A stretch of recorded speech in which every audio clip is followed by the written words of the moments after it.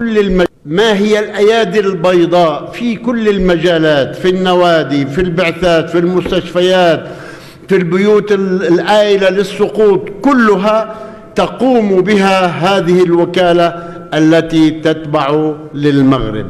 سأعدد من هنا إلى الصباح ولن أوفي المغرب حقه. نقول كل عام وأنتم بخير، وكل عام وصاحب الجلالة محمد السادس بألف خير، ونتمنى الازدهار والسلام والأمن للشقيقة الكبرى المغرب. والسلام عليكم.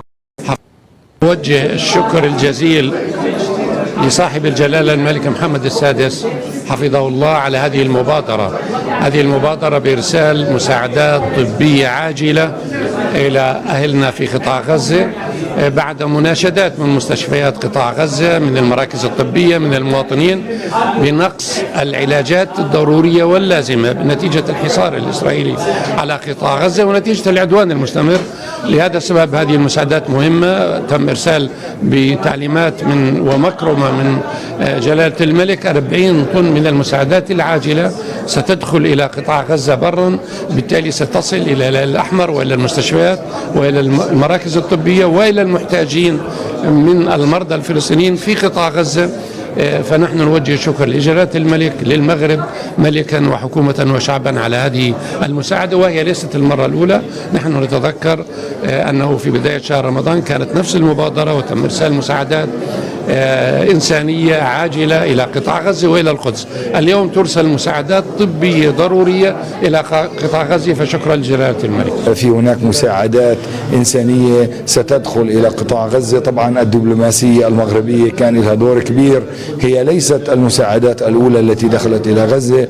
باسم سيادة الرئيس محمود عباس وباسم دولة رئيس الوزراء الدكتور محمد مصطفى وباسم الشعب الفلسطيني بشكل عام بنقدم الشكر إلى جلالة الملك وإلى الشعب المغربي على هذه الجهود الحثيثة. في وقت الشدة دائما نجد الأحبة والأصدقاء وعلى رأسهم المملكة المغربية وجلالة الملك.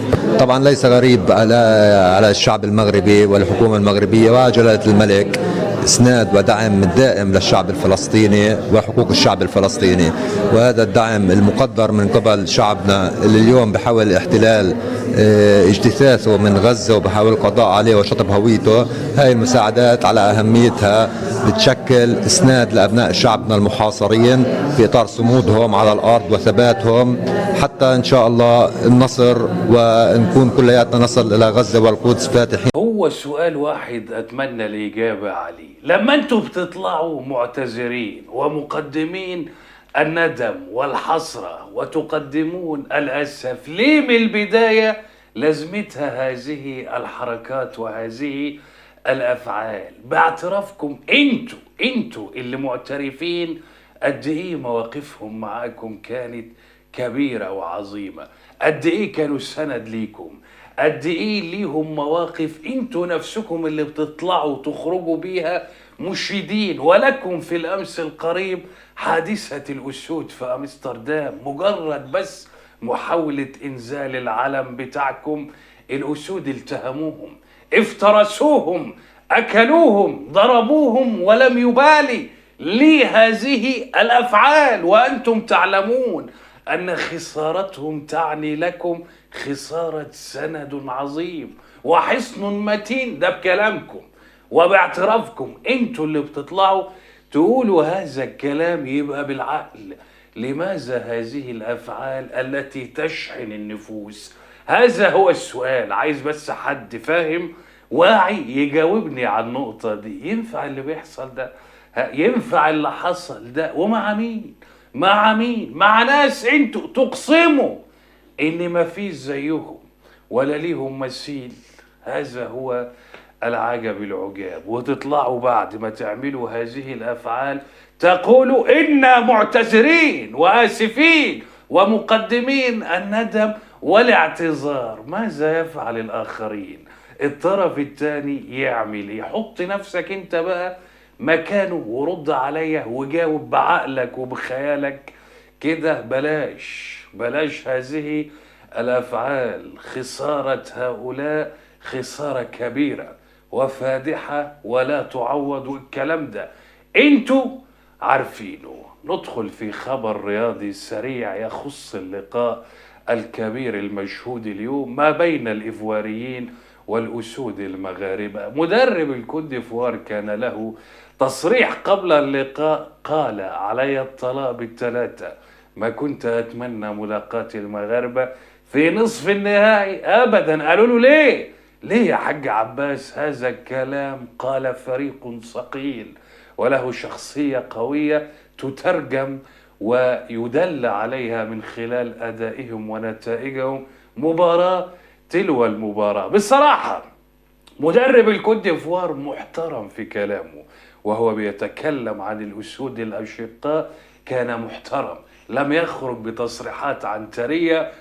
ويتوعد وسيبوني وهاتوا وهنعمل وهنخلي.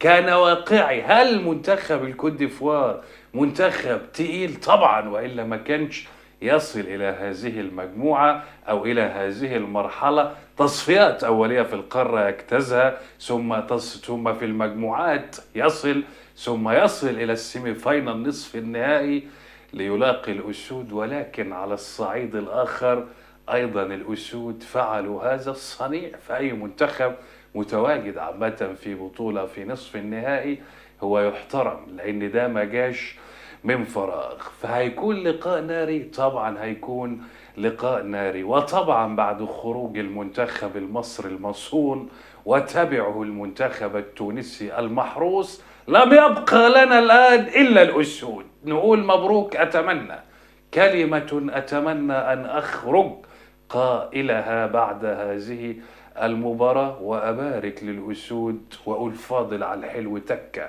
فاضل على الحلو حتة، فاضل على الحلم خلاص خطوة واحدة، أي الوصول للنهائي ليتوج المغاربة من جديد بعد المنتخب الأولمبي تحت 23 سنة منذ عام أو عامين على عرش القارة. وإني أعلم كما يعلم الجميع أنهم يستحقون. نتمنى إن شاء الله أن احنا نخرج بعد هذا اللقاء ونقول مبروك. أتمناها من كل قلبي، وسأكون مشجعا حتى الرمق الأخير. اللي بيشوفنا على التيك توك وعايز يتابع معانا حلقات أكتر وأسرع دايما باستمرار، رابط قناتنا على اليوتيوب كورة كاش، هتبص فوق تلاقيه تحت الصورة. اخبط ادخل تعالى.